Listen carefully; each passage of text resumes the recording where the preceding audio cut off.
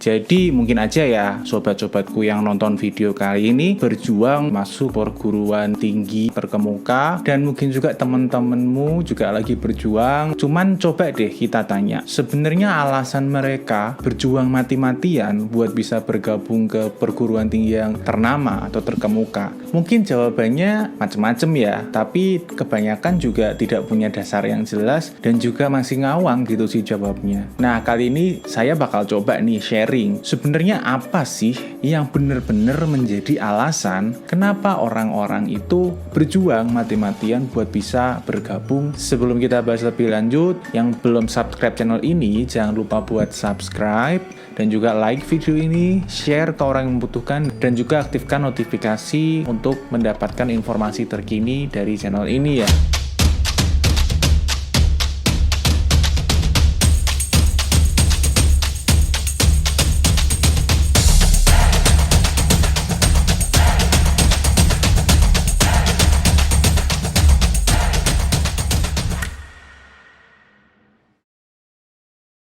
Saya rangkum dalam 5 alasan kenapa orang berbondong-bondong melakukan apapun untuk bisa bergabung dan belajar di perguruan tinggi yang ternama. Alasan pertama, gak bisa lepas dari istilah ternama dan terkemuka. Ya, tentu aja, pengakuan. Pengakuan ini sebenarnya sangat sulit didefinisikan. Cuman kalau secara formal, pengakuan itu kita terima dalam bentuk akreditasi. Jadi itu adalah proses yang dilakukan oleh suatu badan, dan kalau di negara kita itu di bawah Kemenristek Dikti ya, dia melakukan yang namanya proses akreditasi untuk menunjukkan sebenarnya kelas suatu perguruan tinggi atau jurusannya itu seberapa dari sisi baku mutu yang diacu gitu. Proses akreditasi ini di perguruan tinggi yang istilahnya terkemuka tadi itu bahkan tidak hanya dilakukan oleh institusi negerinya ya, jadi bisa aja nih kampus Indonesia itu diakreditasi sama institusi dari Jepang, dari Amerika, dari Eropa, dari Inggris, dan itu merupakan standar mutu yang biasanya dianut oleh kampus-kampus yang kelasnya internasional. Nah, di sini sebenarnya kalau kita bicara pengakuan, karena definisinya juga cukup luas ya, intinya pengakuan dari kampus itu ya oleh pengguna jasanya. Pengguna jasa itu kan macam-macam ya, pertama dari mahasiswanya sendiri dan juga yang menggunakan jasa lulusannya, misalnya ini pemberi kerja atau bahkan universitas yang menerima lulusannya menjadi tenaga pengajar di bawahnya. Tidak ada baku standarnya untuk mengukur pengakuan dari istilahnya usernya. Tapi ada juga beberapa rating internasional juga kita bisa menggunakan Quaquarelli-Simons atau QS Top Universities untuk melihat rating kampus atau Times Higher Education. Dengan ranking yang tinggi itu biasanya mereka lebih diakui oleh pengguna jasanya. Dan yang kedua, kita harus bicara terkait lingkungannya. Ada orang yang mendefinisikan orang yang kuliah itu adalah orang yang baca buku, dibantu, tapi mereka harus bayar mahal. Sebenarnya itu istilah yang sangat salah ya. Kita bisa bicara bahwa perkuliahan itu adalah proses yang panjang dan melibatkan tidak hanya sekedar membaca buku. Dan tujuannya ya adalah menghasilkan insan-insan yang memang sudah memiliki standar sebagai lulusan, misalnya lulusan sarjana. Nah, sebenarnya kampus sebagai tempat terjadinya proses itu menjadi suatu lingkungan di mana mahasiswa atau pelajar itu bisa tumbuh di sana, dan itu sebenarnya nggak beda sama lingkungan keluarga. Jadi secara psikologis memang lingkungan itu sangat penting untuk pertumbuhan dari setiap manusia ya. Coba kita kembalikan ke kampus-kampus yang terkemuka. Kita bisa lihat orang yang bisa masuk ke situ itu orang-orang yang sangat terpilih, dan hal itu terjadi di angkatan tersebut, angkatan sebelumnya lagi, sesudahnya, dan menjadi istilahnya kampus terkemuka adalah tempat orang-orang yang terpilih, orang-orang yang cukup pintar buat bisa masuk ke lingkungan itu. Hal itu juga akan mempengaruhi kualitas pengajarnya ya dalam mengajar. Katakanlah ada seorang profesor lulusan Harvard, dia disuruh mengajar di sebuah SMA di pusat kota Jakarta, maka dia akan memberikan ilmunya, mengajar dengan sebisa dia tanpa ada batasan, karena dia tahu orang-orang yang unggulan, katakanlah di pusat kota Jakarta, itu pasti orangnya ya tidak ada keterbelakangan. Coba kita bandingkan kalau profesor yang sama lulusan Harvard itu, misalnya dia harus mengajar ke ujung Timor Leste. Hal itu tentu akan sangat mempengaruhi bagaimana profesor itu bisa mengajar. Tentu dia akan sangat menjaga tempo pengajarannya, soal yang dia buat, dan dia harus mengecek satu persatu sehingga pengajarannya juga akan sedikit terhambat dan tidak maksimal, dan dia tidak bisa mengutilisasikan seluruh apa yang ada dalam isi kepalanya. Hal itu yang terjadi sama di perkampusan. Kita tidak bisa menyamakan tenaga pengajar yang sama akan memberikan materi dan ilmu yang sama pada kampus yang berbeda, karena kualitas dari mahasiswanya itu berbeda, dan kualitas mahasiswa yang berbeda itu menjadi satu batasan untuk tenaga pengajar bisa memberikan apa yang ingin diajarkan. Nah, di yang ketiga kita akan lebih fokus ke tenaga pengajar dan akademisinya ya.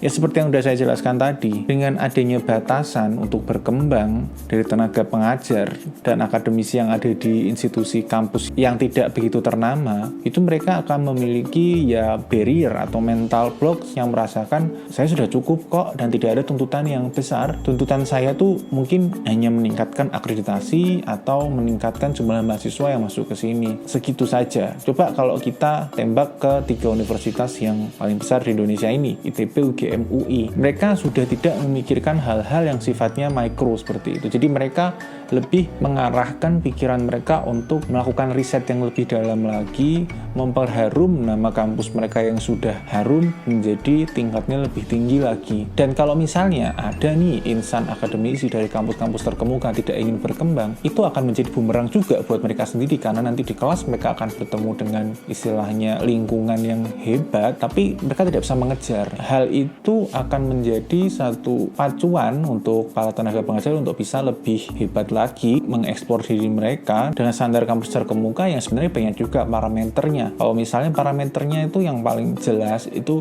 jumlah orang yang S3, itu kelihatan sekali, belum profesornya, apalagi jumlah publikasi ilmiahnya. Sudah kelihatan sekali itu parameter-parameter yang bisa dilihat kualitas akademik dari tenaga pengajarnya. Karena kita bilang kualitas akademik, tentu saja gelar pendidikan penting, dan kita semua tahu yang S3 itu berat. Kalau di kampus-kampus yang tidak terkemuka tuh nggak usah S3 itu ya bisa ngajar seperti itu. Kita lanjut di alasan keempat, yaitu jaringan alumni. Kita udah sempat bicara tadi, kampus itu adalah tempat orang berkembang, lingkungan, suatu ekosistem tertutup, dan di situ para mahasiswanya menginvestasikan waktu mereka untuk tumbuh dewasa di sana, sehingga yang namanya alumni atau suatu perasaan bahwa saya pernah belajar di sini itu menjadi suatu hal yang sangat menempel pada psikologi setiap pelajar. Alumni ini menjadi dua sisi ya, dimana yang satu bisa menjadi beban dan yang satu bisa menjadi alat bantu dalam karir. Kita bicara yang beban dulu. Misalnya nih, lulusan Harvard. Lulusan Harvard itu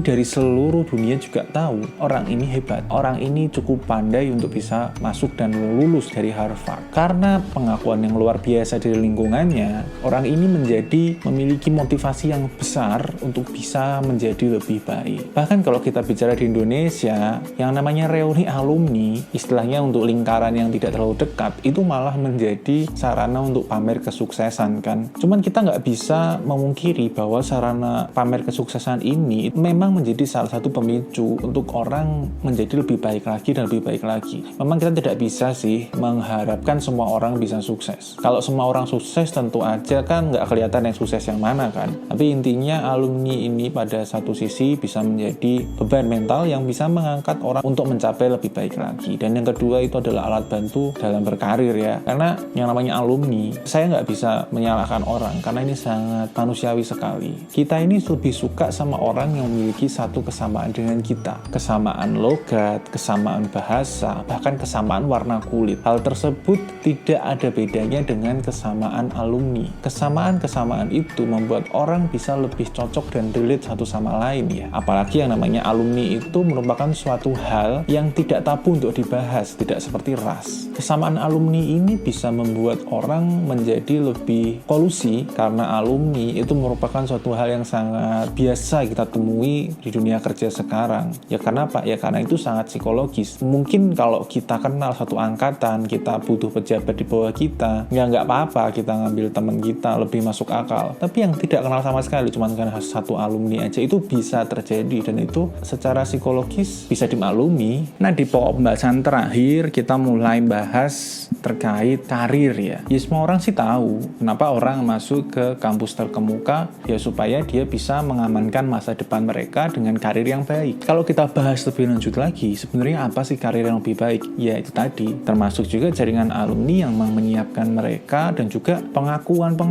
dari lingkungan bahwa lulusan dari sini pasti bagus. Yang seperti itu ketika dijatuhkan di dunia kerja, membuat mereka lebih aman dari sisi karir. Apalagi kampus yang besar, itu mereka membuat direktorat untuk pengembangan karir, yang tujuannya ya untuk menyalurkan lulusan dari institusi mereka, dari universitas mereka, itu ke dunia kerja. Apalagi untuk institusi yang besar, tanggung jawab mereka itu besar sekali loh. Masuk kampus mereka itu susah, lulus susah, bayar kuliahnya juga susah, semuanya serba susah, dan orang tua murid atau bahkan mahasiswanya sendiri itu pasti berharap besar kalau saya lulus dari sini saya bisa langsung terserap di dunia profesional. Terserapnya pun nggak sembarangan, ya harus sebagai lulusan alumni si A ini harus mendapatkan yang terbaik. Hal-hal seperti itu menjadi pemicu dan menjadi satu concern bahkan sampai tingkat rektor dari kampus tersebut. Kalau di kampus yang tidak terkemuka, hal tersebut itu mungkin dibahas, cuman belum tentu ada satu organisasi atau satu visi strategi khusus untuk menyalurkan mahasiswa mereka ke dunia kerja dengan baik. Karena tujuan mereka masuk ke kampus itu untuk mendapatkan gelar, kadang yang penting saya kuliah saja di sini. Saya tidak memiliki ekspektasi yang besar sebesar ketika saya keterima di kampus yang benar-benar terkemuka. Jadi mereka pasti ingin bekerja, dan biasanya malah